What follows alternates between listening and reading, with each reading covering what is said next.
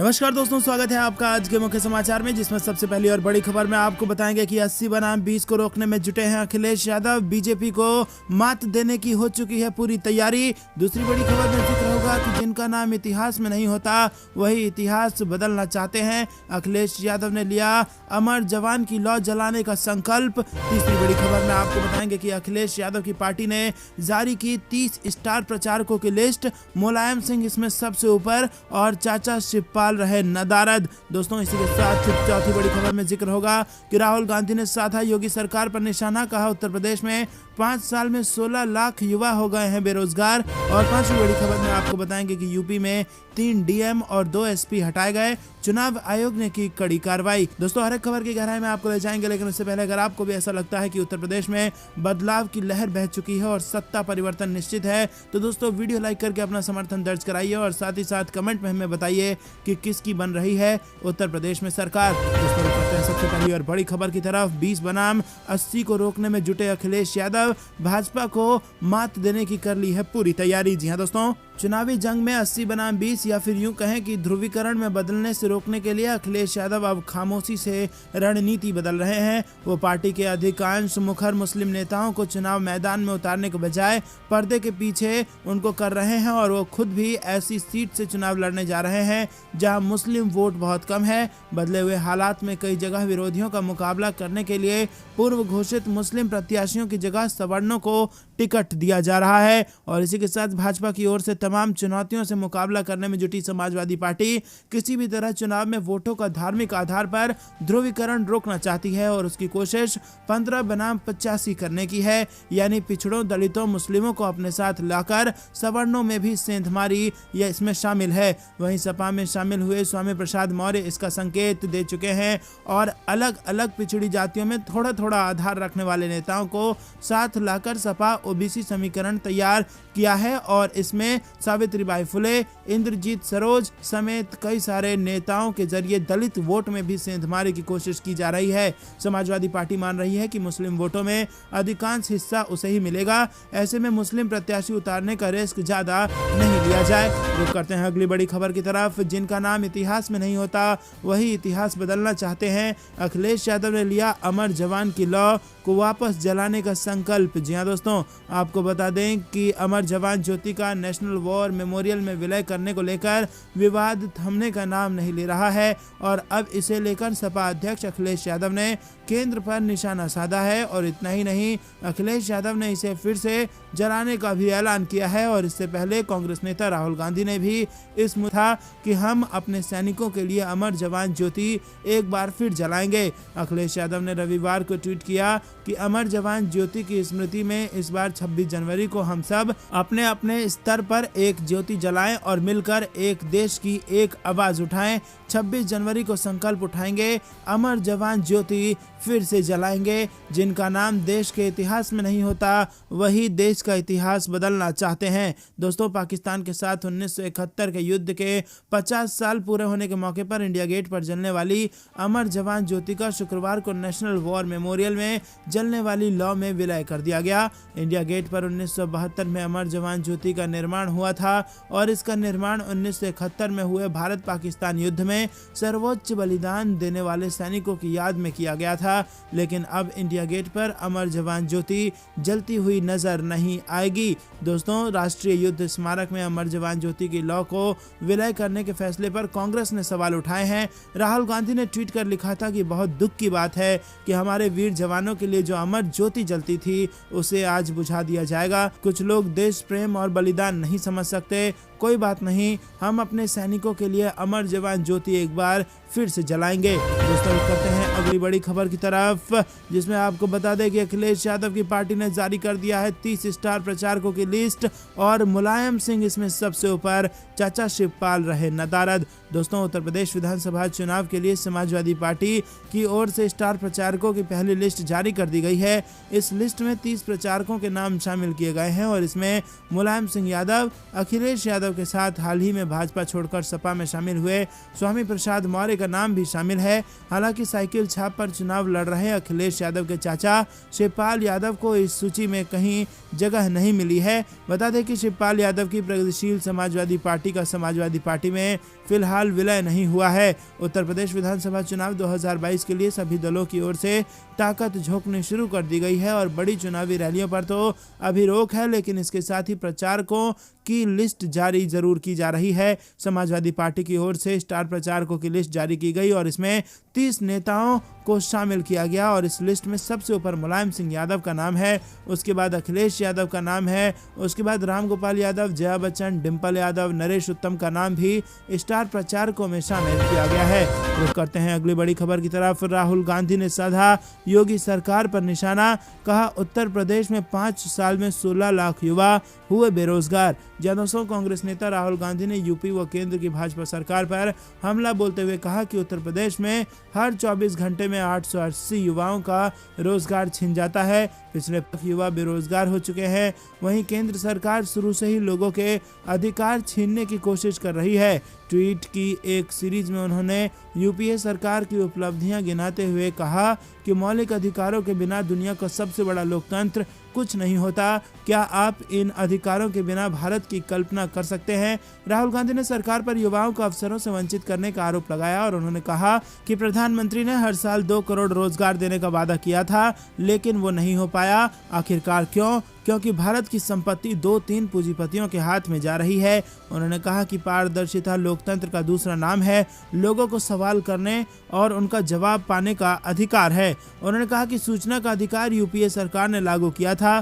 क्या प्रधानमंत्री को इस पर ऐतराज है? और अगर है तो क्यों है? यूपीए ने भोजन का अधिकार दिया ताकि किसी को भूख का सामना न करना पड़े। शिक्षा का अधिकार दिया ताकि हर बच्चा स्कूल जा सके और उज्जवल भविष्य बने। यूपीए की सरकार ने भाजपा के विरोध के बावजूद लोगों को रोजगार का अधिकार भी दिया और इसने देश के लोगों की मदद की। यहाँ तक कि कोविड-19 जैसे कठिन समय में भी लोगों की मदद की है। जो कांग्रेस पार्टी यानी कि यूपीए की सरकार में जो दिए गए हैं लोगों को अधिकार, उन अधिकारों ने। दोस्तों, करते हैं अगली बड़ी खबर की तरफ। यूपी में 3 डीएम और 2 एसपी हटाए गए। चुनाव आयोग ने की कड़ी कार्रवाई। जी हां दोस्तों, आपको बता दें कि चुनाव आयोग ने यूपी में आदर्श आचार संहिता के उल्लंघन के बढ़ते मामलों के बीच शनिवार को कड़ी कार्रवाई की है। निर्वाचन आयोग ने यूपी विधानसभा चुनाव के बीच 3 जिलाधिकारियों और 2 पुलिस अधीक्षकों यानी एसपी को हटाने का निर्देश दे दिया। फिरोजाबाद से सूर्यपाल गंगवार को नया जिलाधिकारी बनाया गया है। बरेली में डीएम के तौर पर शिवकांत द्विवेदी की तैनाती की गई है। कानपुर सिटी में नेहा शर्मा जिलाधिकारी बनाई गई हैं और कौशाम्बी में हेमराम मीणा नए एसपी होंगे। दोस्तों, आपको बता दें कि यूपी के कई जिलों में आदर्श आचार संहिता के उल्लंघन की शिकायतें मिल रही हैं। समाजवादी पार्टी समेत कई विपक्षी दलों ने शिकायत की है कि उनकी शिकायतों पर कोई कार्रवाई राज्य निर्वाचन रही है। चुनाव आयोग ने यह फैसला ऐसे वक्त लिया है जब उसे 2 हफ्ते तक लगातार राजनीतिक रैलियों पर पाबंदी के बाद आज ही तय करना है कि इस पाबंदी को आगे बढ़ाया जाएगा या नहीं बढ़ाया जाएगा। रुक करते हैं अगली बड़ी खबर की तरफ। शिवपाल सिंह यादव इटावा की जसवंत नगर सीट से लड़ेंगे चुनाव। सपा प्रसपा में बनी इस बात को लेकर सहमति। जी हां दोस्तों, आपको बता दें उत्तर प्रदेश में आगामी विधानसभा चुनाव से पहले पार्टियों के बीच उठापटक का दौर जारी है। प्रदेश में फिर से सत्ता में लौटने के लिए एड़ी चोटी का जोर लगा रहे अखिलेश यादव और उनकी समाजवादी पार्टी इन दिनों छोटे दलों के साथ गठबंधन कर रही है और इसी बीच समाजवादी पार्टी और प्रगतिशील समाजवादी पार्टी के बीच गठबंधन को लेकर पक्की खबर आ रही है। समाजवादी पार्टी ने शनिवार को ट्वीट कर जानकारी दी कि इटावा की जसवंत नगर विधानसभा सीट से शिवपाल सिंह यादव सपा व प्रसपा गठबंधन के प्रत्याशी होंगे। चाचा भतीजे की जोड़ी इस सीट पर जीत हासिल करने के लिए सारे जोर लगा रही है। शिवपाल की इस सीट पर पहले से ही बहुत पकड़ है और वो 1996 से यहां से विधायक रहे हैं। उनसे पहले 4 लगातार टर्म्स के लिए इस सीट से मुलायम सिंह यादव विधायक रहे थे। दोस्तों, रुक करते हैं अगली बड़ी खबर की तरफ। बेकाबू हुआ कोरोना। देश में आज फिर 3 लाख से ज्यादा आए मामले, 525 लोगों की गई जान और सक्रिय मरीजों की बढ़ गई चिंता। जी हां दोस्तों, आपको बता दें कि कोरोना की बेकाबू रफ्तार थमने का नाम नहीं ले रही है। स्वास्थ्य मंत्रालय द्वारा जारी रविवार के आंकड़े के अनुसार देश में बीते 24 घंटे में 3,33,000 नए मामले सामने आए हैं, जो कि शनिवार की तुलना में 4,171 कम है। वहीं बीते 24 घंटे में 525 लोगों की कोरोना से मौत हो गई है और सबसे ज्यादा चिंता करने वाली बात यह है कि देश में अब भी 21 लाख से ज्यादा लोग संक्रमित हैं और इस दौरान 2,59,168 लोग स्वस्थ भी हो गए हैं। दरअसल दोस्तों, देश में दैनिक पॉजिटिविटी रेट बढ़कर अब 17.78% हो गई है और देश में एक्टिव केस कुल 5.57% है। दोस्तों रुक करते हैं अगली बड़ी खबर की तरफ। अमित शाह ने कोरोना में घर घर किया प्रचार, कोविड प्रोटोकॉल की उड़ी धज्जियां। जी हां दोस्तों, उत्तर प्रदेश विधानसभा चुनाव में शनिवार को उस वक्त सियासी पारा चढ़ता नजर आया जब गृह मंत्री अमित शाह पश्चिमी उत्तर प्रदेश के कैराना सीट पर चुनाव प्रचार करने पहुंचे। पश्चिमी यूपी में पलायन के मुद्दे को लेकर सुर्खियों में रहे इस शहर में अमित शाह ने डोर टू डोर कैंपेन किया और उन्होंने लोगों को बीजेपी के लिए मतदान करने की अपील से जुड़े पर्चे बांटे और सबका अभिवादन भी किया। हालांकि इस दौरान अमित शाह ने मास्क नहीं लगा रखा था और सोशल डिस्टेंसिंग को लेकर चुनाव आयोग के नियमों और कायदों की धज्जियां भी उड़ती दिखाई दी। चुनाव आयोग ने सिर्फ 5 लोगों के साथ ही डोर टू डोर कैंपेन की अनुमति दे रखी है, लेकिन अमित शाह के साथ काफ़ी भीड़ दिखा है और इस दौरान वहां जबरदस्त सुरक्षा इंतजाम भी देखे गए हैं। अमित शाह पार्टी के सैकड़ों कार्यकर्ताओं के साथ कैराना की तंग गलियों में घूमे और इस दौरान पार्टी कार्यकर्ताओं की ओर से जबरदस्त नारेबाजी भी देखने को मिली। तो करते हैं अगली बड़ी खबर की तरफ।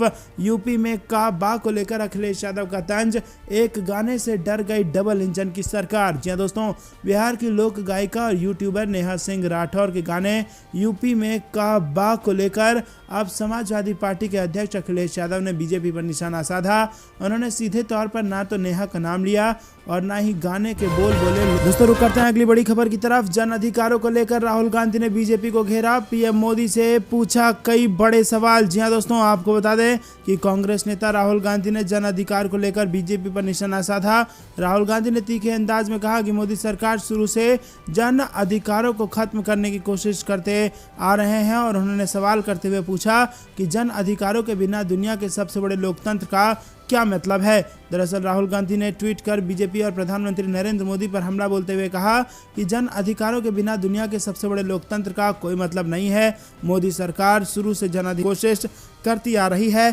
मौलिक अधिकारों समेत क्या इन अधिकारों के बिना आप भारत की कल्पना कर सकते हैं। उन्होंने कुछ अधिकारों को गिनाते हुए कहा कि चाहे वो भोजन का अधिकार हो, चाहे शिक्षा का अधिकार हो, चाहे रोजगार का अधिकार हो, चाहे वो जानकारी का अधिकार हो, ये सारे बड़े अधिकार यूपीए राज्य में दिया गया है और पीएम मोदी को इनमें से किस अधिकार से आपत्ति है। और जन अधिकार की बात करके राहुल गांधी ने भारतीय जनता पार्टी को घेरा है। रुक करते हैं अगली बड़ी खबर की तरफ। भाजपा विधायक कुशाग्र सागर समेत 15 समर्थकों पर दर्ज हुआ मुकदमा। पूरा मामला आपको बता दें दोस्तों कि उत्तर प्रदेश विधानसभा चुनाव को लेकर सभी राजनीतिक दल अपनी जोर आजमाइश में लगे हुए हैं। हालांकि इस बीच बदायूं से सामने आया मामला चौंकाने वाला है। आरोप है कि भाजपा विधायक कुशाग्र सागर के समर्थकों ने मीडिया कर्मी को ही पीट दिया है, जिसके बाद विधायक समेत 15 लोगों के खिलाफ मुकदमा दर्ज हो गया है। कुशाग्र सागर बिसौली से भाजपा विधायक हैं। प्राप्त जानकारी के अनुसार विधायक और उनके समर्थक देर रात नियमों की धज्जियां उड़ाकर नुक्कड़ सभा कर रहे थे और इसी बीच वहां कवरेज के लिए कुछ पत्रकार भी आ गए और इसको देख विधायक के गुर्गों ने मारपीट शुरू कर दी, जिसके बाद मामला पुलिस तक पहुंचा। वहीं घटना को लेकर पुलिस ने बताया कि आदर्श आचार संहिता एवं कोविड-19 गाइडलाइन के उल्लंघन का मामला तथ्यों के आधार पर बसौली थाने पर दर्ज किया गया है और मामले में आगे की कार्रवाई भी पुलिस द्वारा की जा रही है। रुक करते हैं अगली बड़ी खबर की तरफ। समाजवादी पार्टी में 2 बड़े नेता हुए शामिल। अखिलेश यादव ने यूपी में आईटी सेक्टर के लिए किया बड़ा ऐलान। जी हाँ दोस्तों, आपको बता दें कि समाजवादी पार्टी में शनिवार को 2 और बड़े नेता शामिल हुए और ये जानकारी समाजवादी पार्टी के अध्यक्ष और पूर्व मुख्यमंत्री अखिलेश यादव ने एक प्रेस कॉन्फ्रेंस में दी। उन्होंने कहा कि सपा में बरेली के पूर्व सांसद प्रवीण सिंह एरन और बरेली की पूर्व मेयर सुप्रिया एरन शामिल हुई है। उन्होंने ऐलान किया कि सुप्रिया एरन बरेली कैंट से सपा प्रत्याशी होंगी, वहीं हरदोई की संडीला सीट से रीता सिंह प्रत्याशी होंगी। इसके अलावा पूर्व मुख्यमंत्री अखिलेश यादव ने राज्य में आईटी सेक्टर के लिए बड़ा ऐलान किया। उन्होंने शनिवार को कहा कि सपा की सरकार आई तो आईटी सेक्टर में 22 लाख से ज़्यादा नौजवानों को रोजगार दिया जाएगा। उन्होंने कहा कि जो पार्टी और सरकार 18 लाख से ज़्यादा लैपटॉप बांट सकती है, उसे 22 लाख रोजगार के इंतजाम करने में ज़्यादा देर नहीं लगेगी। हमारी सरकार उस दिशा में काम करेगी। पूर्व मुख्यमंत्री ने मौजूदा सरकार के 1 डिस्ट्रिक्ट 1 प्रोजेक्ट योजना पर सवाल उठाते हुए कहा कि ये आखिर क्या है और कौन से जिले में कौन सी बड़ी योजना लागू हुई। उन्होंने कहा कि समाजवादी सरकार ने 1 करोड़ से ज़्यादा बच्चों को स्मार्टफोन के लिए रजिस्ट्रेशन कराया था, लेकिन योगी सरकार की मंशा साफ नहीं थी और 5 साल तक बच्चों को स्मार्टफोन नहीं दिया गया। अखिलेश यादव ने कहा कि चुनाव के मद्देनजर जनता के लिए कुछ फैसले लिए गए। किसान के खेतों की सिंचाई के लिए मुफ्त बिजली देना शामिल है। और प्रियंका गांधी के मुख्यमंत्री कैंडिडेट होने से जुड़े सवाल पर यादव ने कहा कि यूपी में जनता सपा की तरफ देख रही है। दोस्तों, रुक करते हैं अगली बड़ी खबर की तरफ। योगी सरकार में मंत्री ने अपने ही पार्टी के खिलाफ की बगावत और टिकट को लेकर कह दी बड़ी बात। जी हाँ दोस्तों, आपको बता दें कि ठाकुर रघुराज सिंह ने कहा कि जिस व्यक्ति से 20 साल से लड़ रहा हूं, उस व्यक्ति को मेरी टिकट काट कर दे दी। जी हाँ दोस्तों, अक्सर अपने बयानों की वजह से सुर्खियों में रहने वाले ठाकुर रघुराज सिंह योगी सरकार में दर्जा प्राप्त मंत्री हैं और उन्होंने पार्टी के खिलाफ खुलकर बगावत कर दी है। बातचीत में उन्होंने कहा कि अब बीजेपी पहले जैसी नहीं रही। मैं उस समय से बीजेपी से जुड़ा हूं जब कोई पार्टी का झंडा उठाने वाला नहीं था। साल 1984 में मैंने आरएसएस के प्रशिक्षण शिविर में ओटीसी की और लगातार 18 साल संगठन मंत्री का दायित्व संभाला।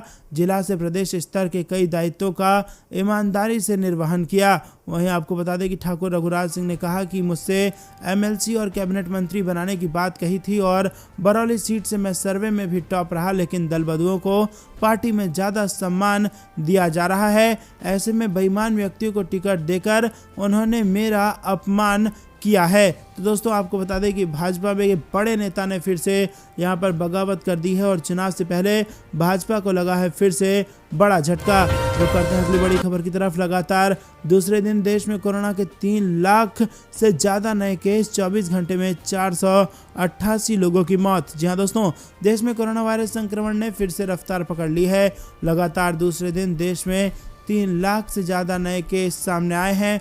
पिछले 24 घंटे में कोरोना के 3,37,704 नए मामले सामने आने के बाद कोविड-19 के कुल मामले बढ़कर 3,89,03,731 हो गए हैं और इस दौरान 488 मरीजों की मौत हो गई है। दोस्तों, रुक करते हैं 2017 के मुकाबले भारतीय जनता पार्टी को उत्तर प्रदेश के चुनाव में होने जा रहा है बड़ा नुकसान और समाजवादी पार्टी को होगा जबरदस्त फायदा। जी हाँ दोस्तों, उत्तर प्रदेश में आगामी विधानसभा चुनाव का बिगुल बज चुका है और प्रदेश में एक बार फिर भाजपा की योगी सरकार आएगी या अखिलेश यादव की समाजवादी पार्टी की सरकार आएगी, इन सवालों का सही जवाब 10 मार्च को ही मिल सकेगा। लेकिन उससे पहले अलग अलग चैनल एजेंसियों ने उत्तर प्रदेश की सियासत को लेकर सर्वे किया है और उन सभी ओपिनियन पोल्स में यूपी में भाजपा के जीत की कहीं भविष्यवाणी की गई तो कहीं हार की भविष्यवाणी भी कर दी गई। लेकिन एक चीज जो कॉमन रहा वो ये कि लगातार जो समाजवादी पार्टी का ग्राफ है वो बढ़ता ही चला जा रहा है। हर अगले दिन समाजवादी पार्टी के समर्थक बढ़ते चले जा रहे हैं।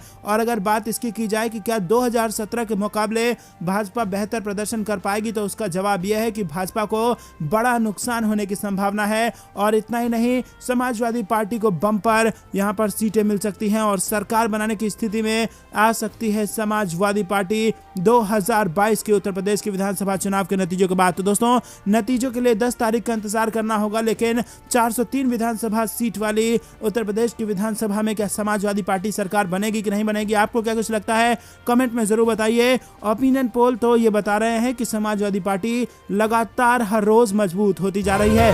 रुक करते हैं अगली बड़ी खबर की तरफ। विधानसभा चुनाव में खपाने को लाए गए थे 9,70,000 रुपए का गांजा, जिसके बाद 4 तस्कर कर लिए गए हैं गिरफ्तार। जी हाँ दोस्तों, विधानसभा चुनाव में खपाने के लिए शराब के साथ ही गांजा की तस्करी भी हो रही है।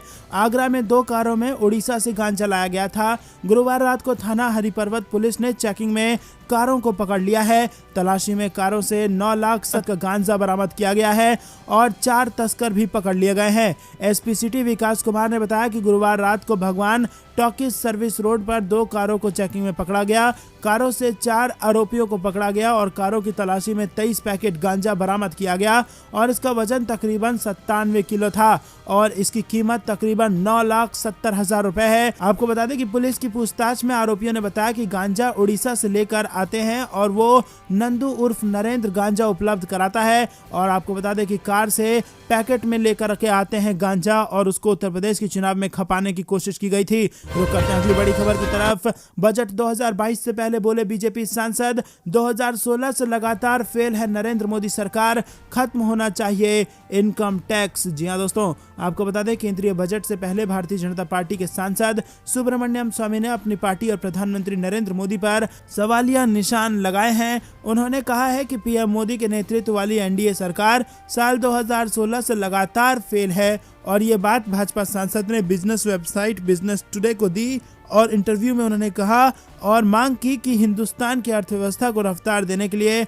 आय पर लगाने वाला कर यानी कि इनकम टैक्स को खत्म कर दिया जाना चाहिए। ये पूछे जाने पर कि बजट नज़दीक है, अगर आप वित्त मंत्री होते तो कोरोना वायरस महामारी के प्रभाव को कम करने के लिए आप अभी तत्काल कौन सी नीतिगत निर्णय लेते, तो इसके जवाब में उन्होंने कहा कि सबसे पहले मैं घोषणा करता कि 1 अप्रैल से प्रभावी होने तक जब तक हम वापस सामान्य नहीं हो जाते तब तक कोई भी इनकम टैक्स का भुगतान नहीं करेगा। एक बार जब स्थिति सामान्य हो जाती तो मुझे लगता है कि हमें इसे स्थायी बनाना शुरू कर देना चाहिए। तो दोस्तों, इनकम टैक्स को लेकर बड़ा बयान दिया है भाजपा सांसद ने और इतना ही नहीं, अपनी ही सरकार को घेरा भी है और बजट से पहले सुब्रमण्यम स्वामी ने कहा है कि 2016 से लगातार फेल है नरेंद्र मोदी की सरकार और खत्म हो। तो दोस्तों, ये थी दिन भर कुछ बेहतरीन और बड़ी खबरें। तक बने रहने के लिए बहुत बहुत धन्यवाद। देख रहे थे आपका अपना चैनल जय हिंद जय भारत।